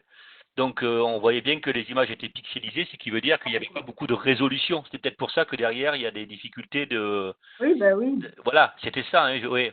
Donc ça, en fin de compte, celles qui sont pas résolues, qui ont des très faibles, où c'est vraiment pixelisé, ce sont des galaxies qui sont très très loin, c'est ça? C'est ce qu'on obtient à l'heure actuelle en termes de résolution dans le matériel. Oui, ça c'est une carte de température obtenue avec le satellite XMM. Donc oui. tout ça c'est un amas de galaxies. Donc on détecte pas les galaxies individuellement. Hein. Tout ça c'est un amas, mais on voit bien que il y a des. La résolution, oui, faible. Voilà, oui, la résolution est faible. Oui. Oui, la résolution elle est pas très bonne. Hein. Oui, ok, d'accord. Donc là-dedans, c'était un peu extrapolé, quoi. Je veux dire, on fait des modèles informatiques pour essayer de sortir, de passer de 1 pixel à 2, 3 pixels en faisant ce qu'on appelle le drizzle chez nous, quoi. C'est-à-dire qu'on essaie de casser le pixel en 4 pour essayer de déterminer ce qu'il y a dedans, quoi. Parce que c'est vrai que c'est... oui. Okay, on aura des pixels beaucoup plus petits et on aura beaucoup plus de détails. Là, on aura plus de détails et du signal, oui. Voilà. Et cet amas-là, il est tout près. Il est à un redshift de 0.055. Oui, c'est vraiment à côté. C'est à côté. Alors, on aura l'équivalent, mais de bien meilleure qualité pour des amas à Z égale 1. Donc, ça sera beaucoup mieux. Oui, donc là-dedans, vous y verrez beaucoup plus de détails et vous en sortirez énormément de détails qu'on n'a peut-être pas là à l'heure actuelle. Oui, ok, d'accord. Voilà, tout à fait. Ça sera beaucoup plus riche pour la science, d'accord. Oui. Oui. On essaye toujours de progresser quand même. C'est le but, je crois. C'est le but. Oui. Une question là. Est-ce que l'intelligence artificielle pourrait vous aider là pour ce type de recherche? On t'entend mal, Jacques. Si j'ai entendu, la question c'était est-ce que l'intelligence artificielle pourrait nous aider? Il commence à y avoir depuis quelques années, mais pas longtemps, effectivement des équipes qui travaillent en appliquant l'intelligence artificielle pour en particulier la classification des galaxies, les choses comme ça. Mais alors ça, moi j'ai pas du tout touché à ce domaine-là, mais je sais qu'il y a de plus en plus de projets là-dessus, justement, parce que c'est l'avenir, parce quand on aura les 100 000 amas détectés par Euclide, il va nous falloir des méthodes nouvelles pour les traiter et pour les analyser, parce que si c'est pas à l'œil, on va pas faire les cartes comme ça, des amas un par un. Il va falloir faire autrement. Donc oui, ça c'est en plein développement. Il y avait un article dans Ciel et Espace il y a quelque temps qui expliquait qu'avec tous les nouveaux instruments qui vont être expédiés, qui vont être mis en service, il y aura tellement de data à traiter que c'est l'intelligence artificielle qui va commencer à faire un premier tri pour après fournir aux chercheurs les données les plus pertinentes. Quoi. Oui, tout à fait. Ouais. Oui, c'est évident, parce que devant la masse de données que vous aurez à traiter... Et alors, ce qui va être dommage, c'est que toutes les données qui ne seront pas sélectionnées par l'intelligence artificielle vont être détruites, parce qu'on n'a pas les moyens matériels de les stocker. Oui, ça c'est dommage. Oui. Parce qu'actuellement, on travaille énormément avec les données d'archives, par exemple, parce que et c'est incroyable ce qu'on arrive encore à trouver dans les archives, parce qu'il y a des gens qui obtiennent beaucoup de temps de télescope, et puis... Ah, on n'entend plus. On n'entend plus tout d'un coup. Il doit y avoir une coupure. Oui, c'est chez Florence qu'il y a une coupure. Après. Oui. Ah, Oui, il y a le message qui vient d'apparaître, là, a priori. Ouais, il y a une petite coupure. Bon, on va attendre un petit peu, je pense qu'il va Ouais, revenir. ouais. Il y a quand même une conférence là. ah, non. Non, là, c'est quelqu'un.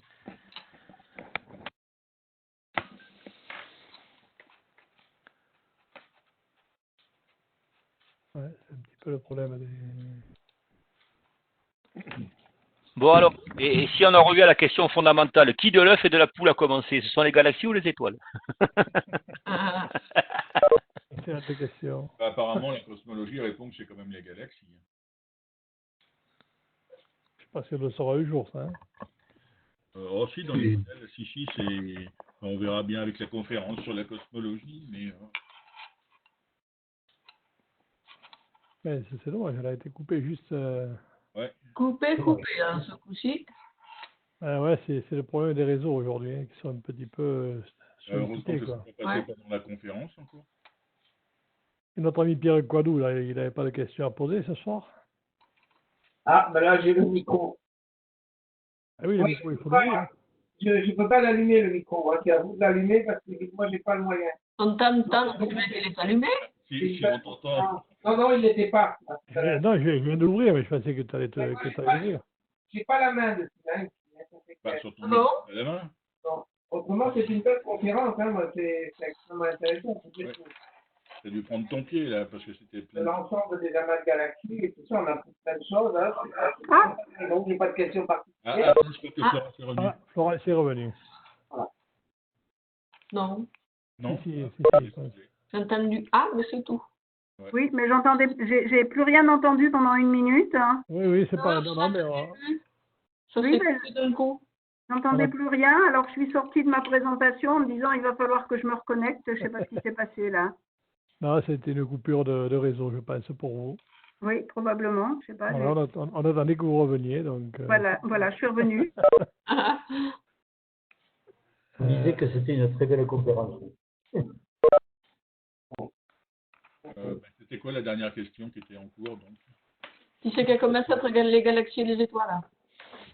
Ah oui, qui de l'œuf et de la poule? Qu'est-ce qui a commencé, les galaxies ou les étoiles? Eh oui, la fameuse question. Ah oui, l'œuf et la poule, ben... Si, je pense que c'est plutôt les étoiles quand même. Ah. Parce que... En théorie, c'est sur les œufs d'abord. Pour l'œuf et la poule, j'ai pas d'opinion, mais, oui. mais là, je pense que c'est plutôt les étoiles qui se sont formées avant les galaxies. Oui, parce que dans l'hydrogène, il y en avait de partout, quoi. Avant de faire une galaxie, je pense que des étoiles, il a dû s'en faire, oui, je pense, moi aussi. Voilà. Je pense qu'il s'est fait d'abord les étoiles, et puis ensuite les galaxies. Les étoiles se sont regroupées, elles ont formé les galaxies. Des petites galaxies d'abord, et puis des plus grosses par fusion de galaxies. Quand on analyse ces fameuses galaxies qui sont de plus en plus loin, la métallicité varie vraiment? Est-ce qu'on y trouve une qui s'appelle une augmentation de la métallicité de plus en plus jeune ou pas? Ou est-ce qu'elles ont été métallisées assez rapidement? On va dire, il y en a certaines qui ont été métallisées plus que d'autres.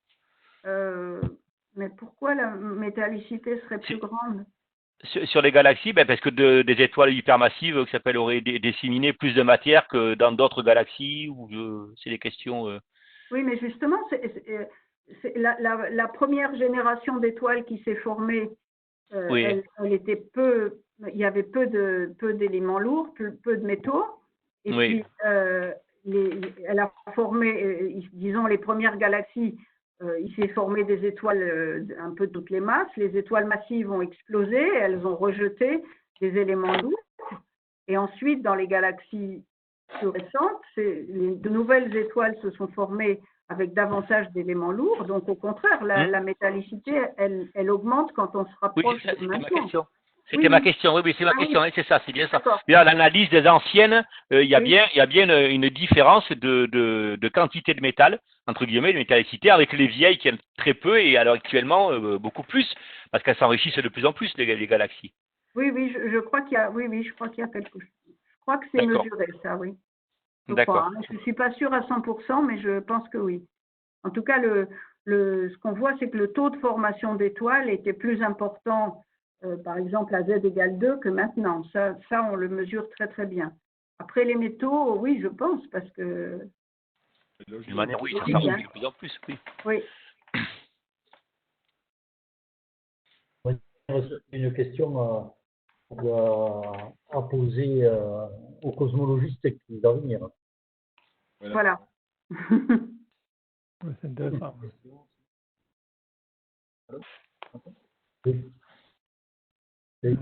Merci pour cette conférence. Eh bien, merci à vous. Oui, merci beaucoup. Merci bien. Non, un grand merci. Venir vous voir, mais bon, j'ai pas pu venir au mois d'octobre dernier à cause des grèves de la SNCF. C'était pas ma faute. Hein. Mais oui. Il y a tout ça, le confinement. Alors... Voilà, oui, on a eu une année compliquée. Hein. Oui. C'est vraiment très sympa de nous avoir fait partager une conférence comme ça. Je vous en prie. Je vous remercie grandement. C'était vraiment très je vous en prie. Et puis, rêvez aux étoiles cette nuit, alors. Absolument. Voilà. C'était très intéressant. Au revoir. Faute de pouvoir les observer, on va pouvoir rêver. Merci bien. Au revoir. Merci beaucoup. Au revoir. Bonne soirée. Merci, bonne soirée à tous. Au revoir.